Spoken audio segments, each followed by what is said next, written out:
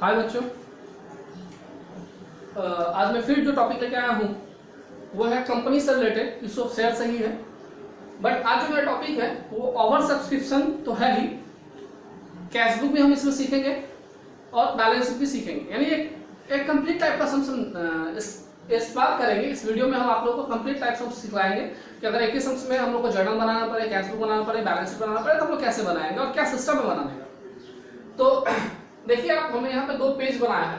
ये जो लकीर आप देख रहे हो बीचों बीच, इसको हमने एक पेज लिया है और इसके बाद वाला को हमने सेकंड पेज किया है। इसमें हमने कैश बुक का फॉर्मेट बनाया है, एक बैलेंस शीट का फॉर्मेट बनाया है, इसमें हमने कुछ लिखा भी है। तो पहले हम जर्नल कर लेते हैं, फिर हर एक चीज को डिक्टेट करते हुए हम लोग आगे करते चलेंगे। और इसके लिए जो हमने सम सेलेक्ट किया है वो है सम नंबर 24।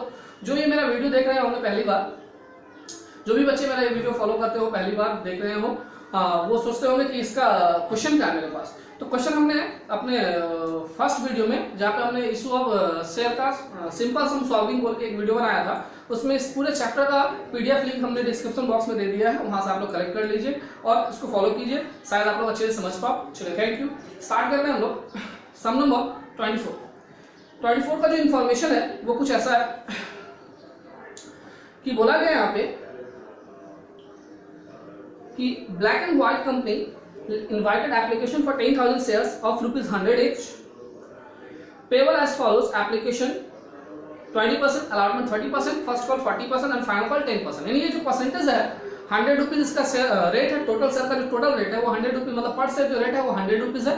उसको उसने परसेंटेज में कन्वर्ट कर दिया। 30% एप्लीकेशन में मिलेगा, 20% एप्लीकेशन में मिलेगा, 30% अलॉटमेंट में। तो 100 का 20% है 20 रुपीज एप्लीकेशन, 30% अलॉटमेंट में है 30 रुपीज, अलॉटमेंट 40 रुपीज फर्स्ट का यानी 40 रुपीज अलॉटमेंट, और 10% फाइनल का यानी 10 रुपीज फाइनल का में मिलेगा। नीचे इन्फॉर्मेशन है, कंपनी चाहता है 10,000, लेकिन कंपनी के चाहने से क्या होगा, पहले पब्लिक का क्या डिमांड है थोड़ा उसको भी देख लो। तो नीचे बोला है कि एप्लीकेशन मिला 12,000 शेयर्स, 12,000 शेयर एप्लीकेशन मिला, यानी कंपनी जो चाहता था उससे 2,000 एक्स्ट्रा, यानी ओवर सब्सक्रिप्शन का केस है। तो मिला कैसे, 8,000 शेयर जो मांगने आया, सपोज दैट कुछ पर्टिकुलर 8,000 शेयर लेने आए, उनको हमने 8,000 शेयर दे दिए। रिमेनिंग जो 4,000 12,000 को 2 पार्ट में डिवाइड किया गया। पहला बोला गया कि 8,000 एक लॉट में लेने आए, जो उसको हमने 8,000 दे दिया। सेकंड लॉट में 4,000 शेयर होल्डर लेने आए, मतलब हमसे मांगने हैं 4,000 एप्लीकेट हुए, बट हम उनको अलॉट किए 2,000 शेयर, क्योंकि मेरे पास 2,000 था, 10,000 देना था, 8,000 पहले दे चुके थे। रिमेनिंग जो 2,000 शेयर है जो एक्स्ट्रा है उसको हमने रिफंड नहीं किया, उसको हमने क्या किया, एडजस्ट कर लिया, रिफंड नहीं किया, हमने क्या किया, एडजस्ट कर लिया।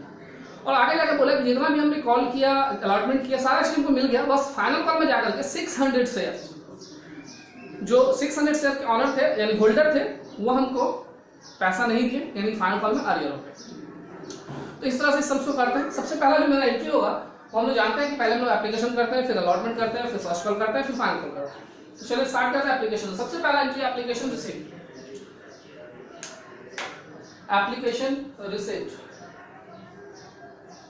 Bank account debit to equity share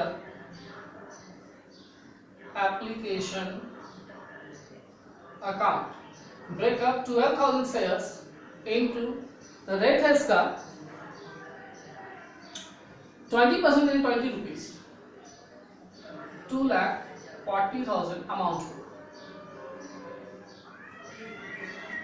इस तरह से हमने एप्लीकेशन रिसीव किया। अब क्या है यहाँ पे कि हम मेरे कंपनी को देना था 10,000, लेकिन आगे कितना 12,000 एप्लीकेंट, तो एक्स्ट्रा 2,000 एप्लीकेंट आया, उसको हमने क्या किया, एडजस्ट कर लिया, यानी यहाँ रिफंड का केस नहीं है, एडजस्ट का केस है। देखते हैं कैसे क्या है। तो इंट्रो का मेरा equity share application account debit to equity share capital account and to equity share allotment account। यानी अलॉटमेंट जो यहाँ एप्लीकेशन में यूज की है, एडजस्टेड के लिए कितना शेयर को एडजस्ट किया गया है, 2,000 शेयर को एडजस्ट किया गया। रेट कितना एप्लीकेशन का 20, अमाउंट कितना हो गया मेरा 40,000। जो रिमेनिंग 10,000 था जो कंपनी चाहती थी कि हम दे, वो कैपिटल में 10,000 इंटू 20 यानी कि 2 लाख, टोटल 2,40,000। इस तरह से हमने क्या किया, एप्लीकेशन का एंट्री कर दिया, 2000 आप एडजस्ट कर दिया, यानी रिमेनिंग जो सम्स बनेगा वो कैपिटल से जो शेयर होता है, यानी जो सेकेंड एंट्री में कैपिटल में जाता है उसी से हम लोग का रिमेनिंग सम्स बनता है, क्योंकि कंपनी के पास वही शेयर है। तो अभी हम लोग चलते हैं नेक्स्ट अलॉटमेंट की तरफ। अलॉटमेंट पार, प्रीमियम और डिस्काउंट तीनों में होता है, बट इस सम्स में कहीं भी डिस्काउंट या प्रीमियम के बारे में इंफॉर्मेशन नहीं है, तो हम लोग हमेशा क्या समझेंगे, पार समझेंगे। तो हम लोग पार में करते हैं। तो हम लोग यहाँ से जो स्टार्ट करते हैं अलॉटमेंट और कॉल वैल्यू सिस्टम में क्या है कि पहले ड्यू फिर रिसीव, फिर ड्यू फिर रिसीव, मतलब ड्यू करो रिसीव करो, ड्यू करो रिसीव करो। तो पहले हम लोग ड्यू करते हैं पार का केस में, equity share allotment account debit to equity share capital account, equity share allotment account debit to equity share capital account, break up 10,000 into, इसका जो रेट है वो है 30%, यानी 30 रुपीज, अमाउंट 3 lakhs। तो अलॉटमेंट हमने ड्यू किया, अब क्या करेंगे हम लोग, रिसीव करेंगे। हम नरेशन में लिख रहे हैं क्योंकि आप लोगों को वीडियो में मैंने नरेशन बताया, इसका नरेशन सेम है। जब हम जर्नल दिए थे इस पूरे चैप्टर को, उस समय भी हमने नरेशन दिया है साथ में, सेम जर्नल नरेशन होता है। अभी हमने क्या किया, अलॉटमेंट को ड्यू किया, अब रिसीव करेंगे। ऑब्वियसली अलॉटमेंट में अरियर है नहीं, है अरियर, लेकिन है वो फाइनल कॉल में, अलॉटमेंट में अरियर नहीं है। तो अरियर नहीं है तो जो भी हमने ड्यू किया सारा हमको मिलना चाहिए, सारा हम रिसीव करेंगे। तो रिसीविंग एंट्री करते हैं, bank account debit to equity share allotment account. तो ऑब्वियसली हमने ड्यू किया 3 लाख, लेकिन हम लोग को 3 लाख से मिलना चाहिए क्योंकि अरियर है नहीं। बट अगर ये केस, अगर मेरा सेकेंड एंट्री में अलॉटमेंट हो, सेकेंड एंट्री में अगर मेरा क्या हो, अलॉटमेंट एडजस्टेड वाला एंट्री हो सेकेंड एंट्री, उसमें हम लोग अलॉटमेंट में हमने 40,000 पहले से ही अलॉटमेंट के लिए 40,000 रिसीव कर लिया है। अब टोटल ड्यू मेरा 3 लाख से 40,000 पहले रिसीव कर चुके, तो क्या करेंगे 3 लाख माइनस 40,000, यानी रिमेनिंग जो बचे वही तो रिसीव करेंगे। यानी हम लोग का रिसीविंग होगा। अब यहाँ पे इसका ब्रेकअप दिखाते हैं, 3 लाख मेरा ड्यू था जिसमें हम 40,000 रिसीव कर चुके हैं, यानी 2,60,000, 2,60,000। इसी टाइप के सम्स को प्रोराटा सम्स भी कहते हैं। ये सिंपल प्रोराटा है क्योंकि अलॉटमेंट मार्जिन नहीं है। ये चलिए ये बीकॉम की बात है, बीकॉम करेंगे फिर हम लोग इसको 2,60,000। तो हम लोग का अलॉटमेंट हो गया रिसीव। अब हम लोग क्या करेंगे, फर्स्ट कॉल ड्यू करेंगे, equity share first call account debit to equity share capital account, breakup 10,000 shares और इसका रेट है 40% यानी 40, तो 4 lakhs। अब क्या करेंगे, उसको रिसीव करेंगे। रिसीव जब आता है हम लोग अरियर के बारे में सोचना पड़ता है, एडवांस के बारे में सोचना पड़ता है। एडवांस तभी हमने कभी डिस्कस ही नहीं किया, करेंगे हम लोग आगे जरूर करेंगे, पहले हम लोग समझ लें इस चीज को। अरियर के बारे में डिस्कस करना पड़ता है। अरियर है नहीं, है अरियर बट यहाँ नहीं है, फर्स्ट कॉल में नहीं है, फाइनल कॉल में। तो यहाँ हम लोग सिंपल रिसीव करेंगे, bank account debit to equity share first call account, same amount 4 lakhs।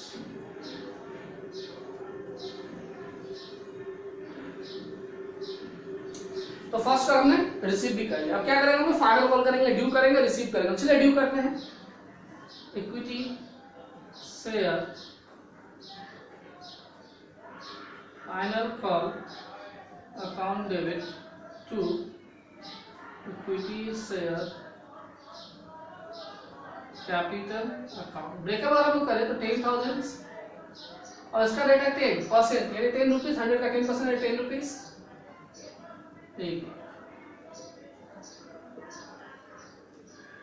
अब इसको क्या करेंगे हम लोग, रिसीव करेंगे और यहाँ अरियर भी है। Bank account debit calls in arrear account debit to equity share final call account. Arrear को देखिए आप, अरियर है 600 शेयर, रेट है 10 इसका, यानी 6,000। टोटल 10,000 शेयर्स को लेकर सम बना रहे थे, जिसमें 600 शेयर्स मेरा अर्लियर हो गया, रिमेनिंग बचेगा तो 9,400। तो ब्रेकअप करते हैं। बैंक में चूंकि हमने रिसीव किया है 9,400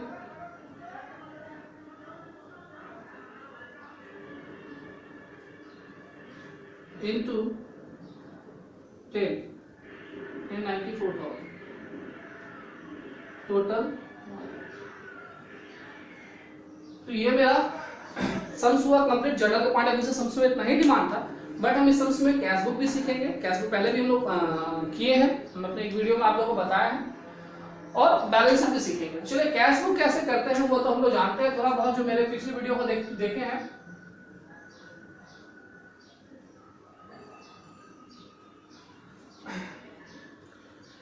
कैश बुक में सिंपल सा बात है, यहाँ जो कैश बुक कंपनी में जो कैश बुक बनाया जाता है वो बैंक कॉलम कैश बुक होता है, क्योंकि यहाँ पे सारे एंट्री बैंक से रिलेटेड होते हैं। और इसमें हम नॉर्मल सा आता है, कैश बुक एक नाम है जर्नलाइज लेजर, यानी जर्नल करो और लेजर में पोस्टिंग कर दो। तो यहाँ हम लोग क्या करें, चूंकि हम जर्नल बनाए ताकि आप लोग और अच्छे से समझ सको। Bank to equity share application है, जहाँ कहीं भी बैंक से रिलेटेड कोई जर्नल है तो उसको उठा करके आप पोस्टिंग कर लो उसको। तो देखिए यहाँ पे bank account debit to equity share application, तो bank to equity share application. Ledger आप लोग जानते होंगे कि बैंक में हमको क्या लिखना है, to equity share application.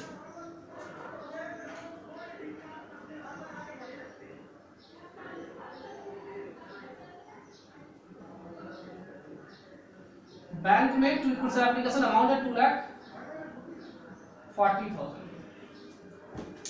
Second entry में कोई भी बैंक नहीं है, थर्ड एंट्री में भी नहीं है, fourth entry bank to equity allotment. तो बैंक में to equity share allotment account, amount इसका बैंक इक्विटी अलॉटमेंट 2,60,000। चलते हैं नेक्स्ट। ये ड्यू इंटरेस्ट में नहीं है, यहाँ रिसीव किया हम लोग फर्स्ट कॉल पर, bank to equity first call, तो बैंक में to equity share first call account, bank to equity first call, amount है मेरा 4 लाख।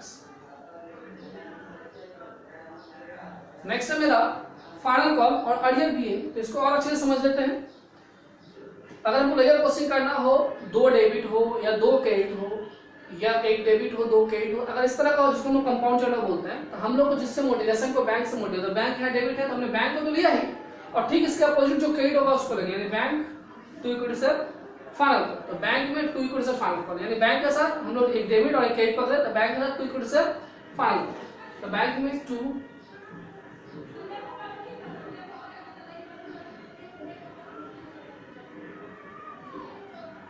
और अमाउंट हम लोग लेंगे तो बैंक को इक्विटी से फाइनल करने में जो छोटा वाला बैंक का 94,000 और फाइनल कॉल का अमाउंट है 1 लाख, तो 94,000 लेंगे, 94,000।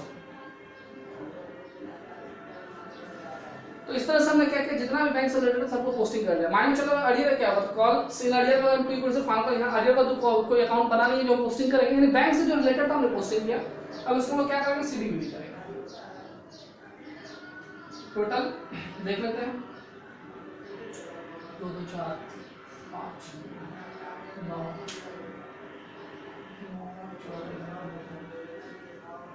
टोटल 9,94,000।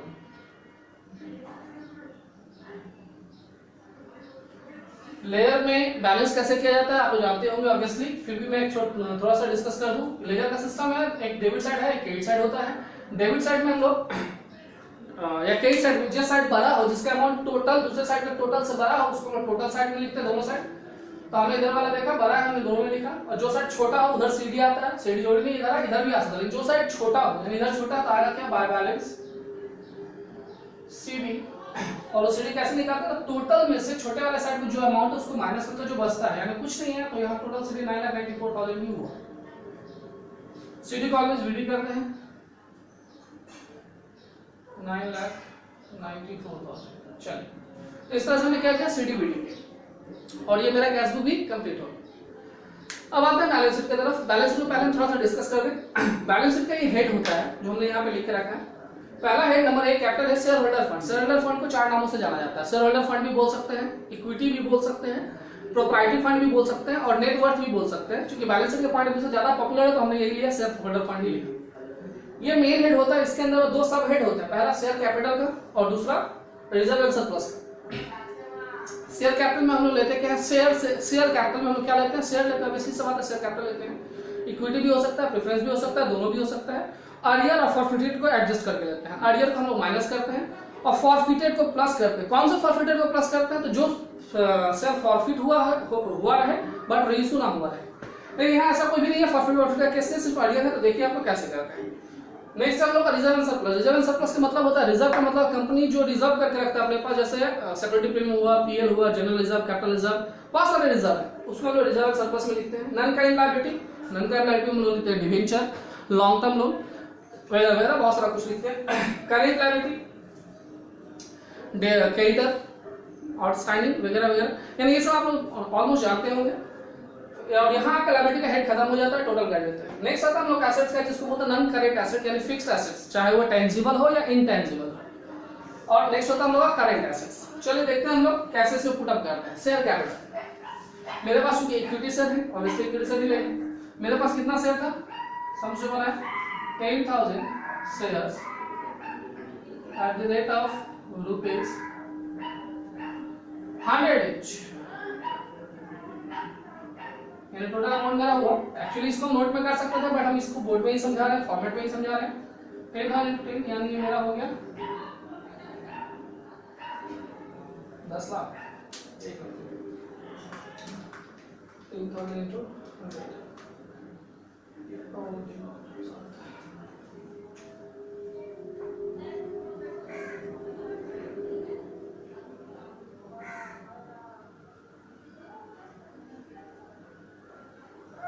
इस तरह से हम लोग इसको मल्टीप्लाई कर लिए 1 करोड़। इसमें हम लोग अर्लियर को माइनस कर देंगे, चूंकि मेरा अर्लियर है लेस। अर्लियर 6,000 बैकअप भी दिखाया था 600 × 10, बट यहाँ हम लोग डायरेक्ट ले सकते हैं।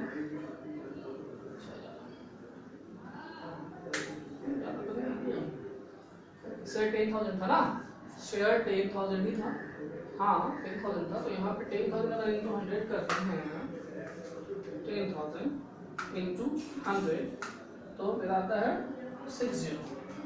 एक जो एक्स्ट्रा हो गया था उसको हम ठीक कर लें।